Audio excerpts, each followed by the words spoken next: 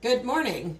Today we're going to talk about practice welding with food. And the reason a person would do this is just to practice that hand-eye coordination, your speed of movement, and the form that is needed to create good welding beads. So I'm here with my husband John and my son Wyatt and my daughter Katie, who's behind the camera.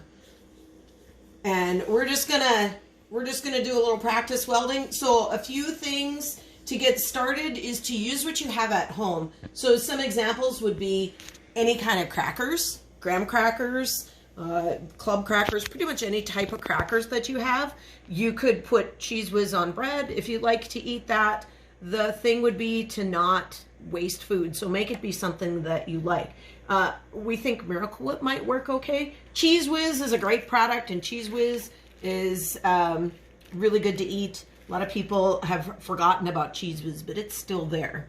So John is going to show you some welding on Cheese Whiz. I did a little bit the other day, and he told me that this was a really pretty bead, but I had to break it apart and start over because it's crooked.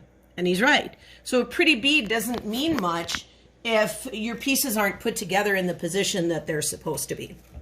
So John is going to start welding with some Cheese Whiz, and I'm going to load a zipper bag with some whipped frosting.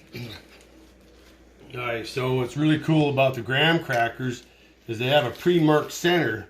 So unlike what happened to Mrs. Woodbury the other day, we can line up our welding starting point fairly easily. Now, Cheese Whiz, in comparison to ranch dressing, would be comparable or similar to using different amperages. Say, in having your welder set at 60 amps, trying to weld a 3/8 inch piece of metal versus running it at 140 amps, where it would be more appropriate because it's going to pile up or pool or puddle or anneal into what you're welding more appropriately. Now, this is going to be, I'm going to actually do a pull weld because of where Katie's sitting at. I'm going to come in here and this is the first time I've done it, guys, so don't feel bad, but you're going to develop your motion and just go back and forth, up and down, trying to get that product to go in there. And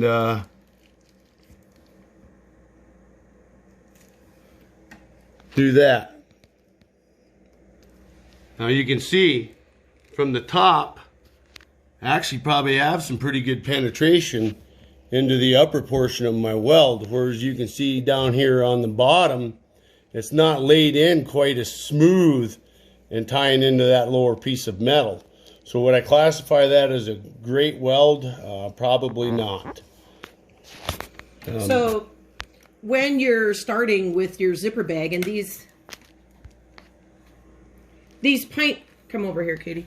These pint zipper bags work really well. You probably have them. You could probably use quarts. You could probably even use snack size bags, but the way your hand fits around them might not be quite as good.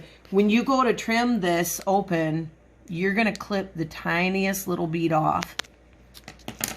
The tiniest little bit. You just want to be a very small amount coming out there.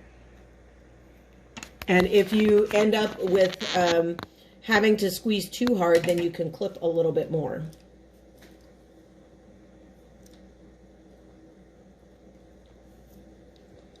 And that's my second weld ever made with Cheese Whiz and graham crackers. Cheese Whiz and graham crackers. That does not sound like a good combination. Well, I like the idea of graham crackers and frosting, so I am going to do a lap joint here. And one of your assignments is to do each of the different welds and kind of think about what would be needed to get each of the different welds done. So let's see. Try and go like this, and I've got frosting on graham crackers. Lap weld.